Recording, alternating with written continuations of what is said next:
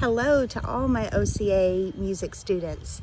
I miss you all so much. I would so much rather be in the classroom with you and doing music activities and having discussions and just enjoying all the things that we get to do together. I would much rather be doing that than sitting here talking to my camera, because it's just not the same.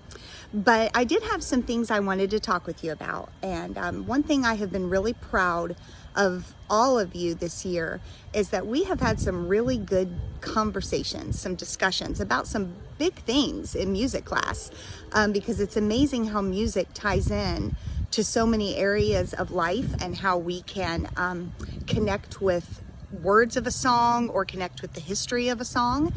And so I just wanted to have a time of sharing with you, even though you're not here to talk back to me right now. I wanted to share some thoughts that I would have shared with you in the classroom this week. This is a really important week. This is Holy Week. Christians all around the world will be commemorating this week. Each day of this week, beginning with today, I'm recording this on Sunday. This is Palm Sunday. And it was a very different Palm Sunday. I don't know about you. I don't know those of you who attend church and those of you who have traditions during Holy Week. But for our family and for a lot of our family and friends, Palm Sunday has always been a day of great celebration, a day of the children usually march into the sanctuary waving palm branches, and there's music that praises Jesus, and then we usually shift to music that talks about what's coming up later in the week, which is Jesus's death. But it's just a really special week, and I would have loved to have been able to talk with you all about it and listen to your stories and the way that you traditionally celebrate Palm Sunday and all of the days between now and next Sunday, which is Resurrection Sunday or Easter Sunday. As the thoughts have been going through my mind, what I wanted to talk with you about and what song I wanted to share with you, I was reminded of a traditional greeting that many people still do. Our family still does it on Easter morning. Usually whoever wakes up first on Easter, the first person will say, "He is risen," or "Christ is risen." And then anyone within hearing of that person will respond, "He is risen indeed." And the history for that comes from those days right after the days, the weeks, the months, and even years after Jesus's death. If you can put your imagination and imagine that you were alive at the time that Jesus was crucified, and then the time that he resurrected from the dead, and the story began to get out and people began to talk about it, and you heard the story of how this teacher that maybe you had gone to listen to with your family, maybe you were in the crowd when he divided the loaves and the fishes and fed thousands and thousands of people. If you were alive during that time, what that might have been like. Imagine what it would have been like to be, they weren't called Christians yet, but that's what they were. They were believers. They were followers of Jesus. And he went back up to heaven. Even though he resurrected from the dead, he didn't stay on earth. He sent his spirit to be among us, and that's who we still have with us today.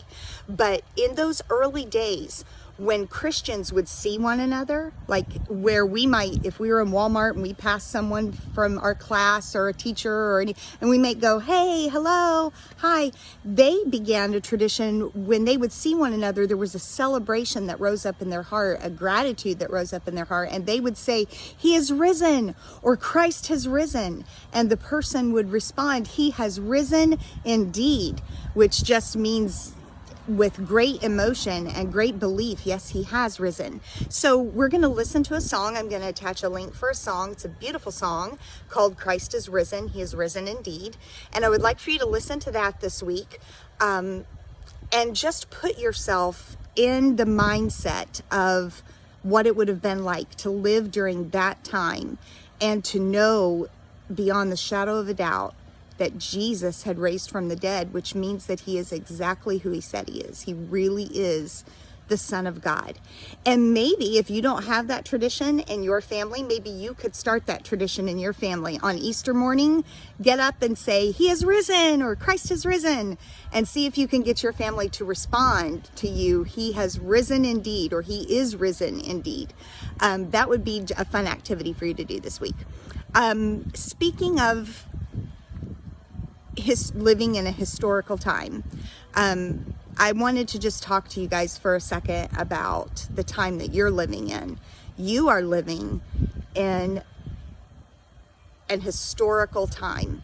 When you all read your history books in your classrooms and you see the little bullet points along the side, or the little boxes with things they especially want you to know, and it talks about things that happened. You may have studied already in some of your classes about pandemics that have happened before.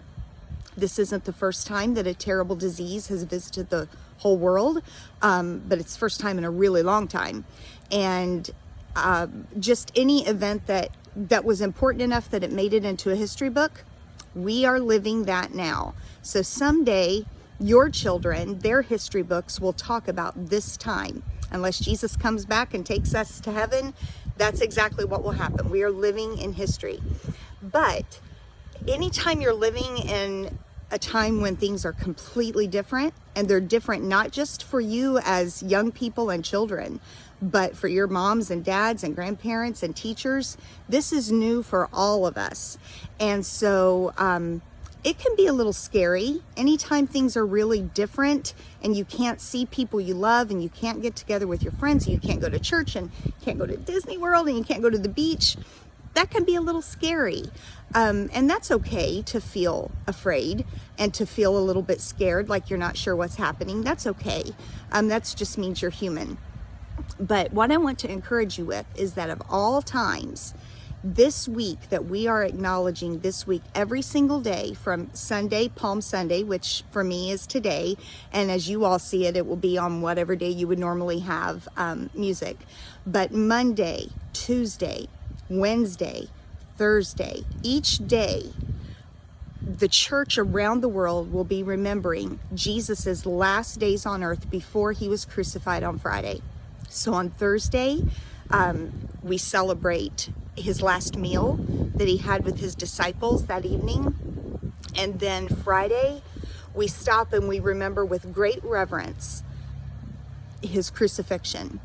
Those 3 hours from noon to 3 o'clock that he was on the cross and suffered for our sins and died for our sins, because he chose to do that. And then Saturday is also a day of great reverence, because that's the day we commemorate he was in the tomb all day long. And then Sunday morning, Easter Sunday, Resurrection Sunday arrives, and it's like a breath of fresh air, a great relief. He is not dead anymore. He's alive. And because Jesus is alive, that one true thing, because he's alive, it changes everything for us. It means we will live.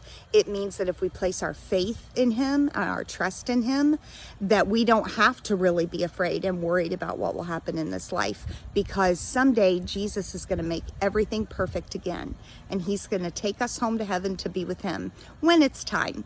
And no one knows when that is. But that's not something to make you afraid. That's something to make you relieved that because this Holy Week did happen in history, and because Easter is real, because Jesus did rise from the grave, that changes everything. It means he is all powerful. It means he really is God, and it means we can trust him. So when you listen to the song, I hope that you will feel praise in your heart and enjoy the song. And then I am going to attach, I'm just take a little more time this week because it's a special week. I'm going to attach another video because I have a little activity I want to do with you, something I probably couldn't have even done in the classroom because I don't have a kitchen in your classrooms. But we're going to do a little video making resurrection rolls, and some of you all may have done this before. If you haven't, it's something super easy that you can do with your families on Easter Sunday. And there will be another video, at least I think it will be a separate video, unless I get really, really smart and learn how to connect it to this video. But just a little craft, a little activity that you can do. and do with your family, or you can just enjoy mine from afar. Okay, and listen, I love all of you very much. You are some of the greatest students in the whole world. I know that to be true. So take care of yourselves, take care of your families, obey your moms and dads, be patient with them, and be patient with your brothers and sisters, and hopefully we will see each other again soon. All right? All right, kiddos, so here's the deal. These are resurrection rolls, super easy to make. They don't take a whole lot of ingredients.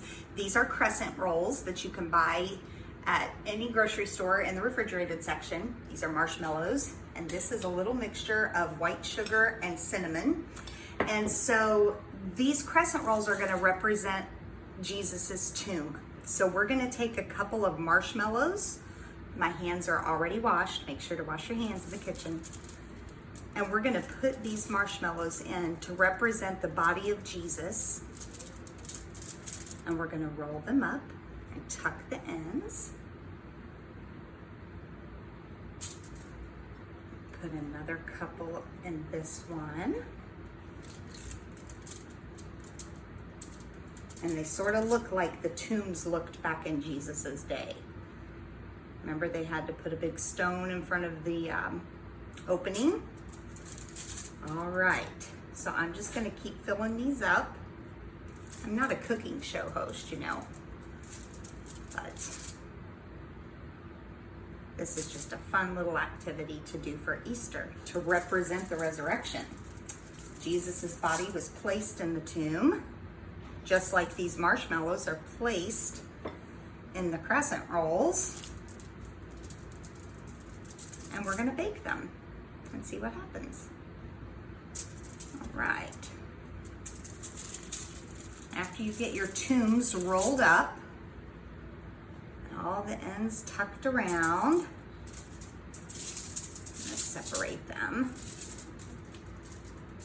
This one I'm gonna stretch a little more. I'm just gonna sprinkle a little cinnamon and sugar on each one.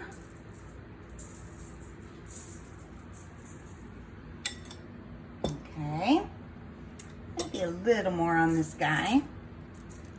All right, and we're gonna put these in the oven and we'll check back in a little bit. Okay, everybody, I baked these for 12 minutes and I pulled them out, and I'm using a couple gifts from a couple of my students here. This cake plate was a gift from Miss JC in 5th grade, and this cross was a gift from Miss Lily in 5th grade. So it worked out perfect today for an Easter video. So here's what we find when we cut these open. Nothing. The marshmallows have disappeared just like Jesus's body. Now this one, what I would say is, remember, what did they find? What did they find? They found grave clothes. So this kind of reminds me of the grave clothes, but those marshmallows that we stuffed in there, there you go. So I would just tell you, I used the large size, the grand size. If you use the regular size crescent roll, definitely use mini marshmallows, or just use one, not two. And your house will smell really good because it kind of smells like cinnamon rolls in here right now. Okay? All right, so I hope you guys had fun watching that, and I hope you get a chance to do it with your families. And if you do, feel free to send me pictures or videos, okay? Have a great Holy Week.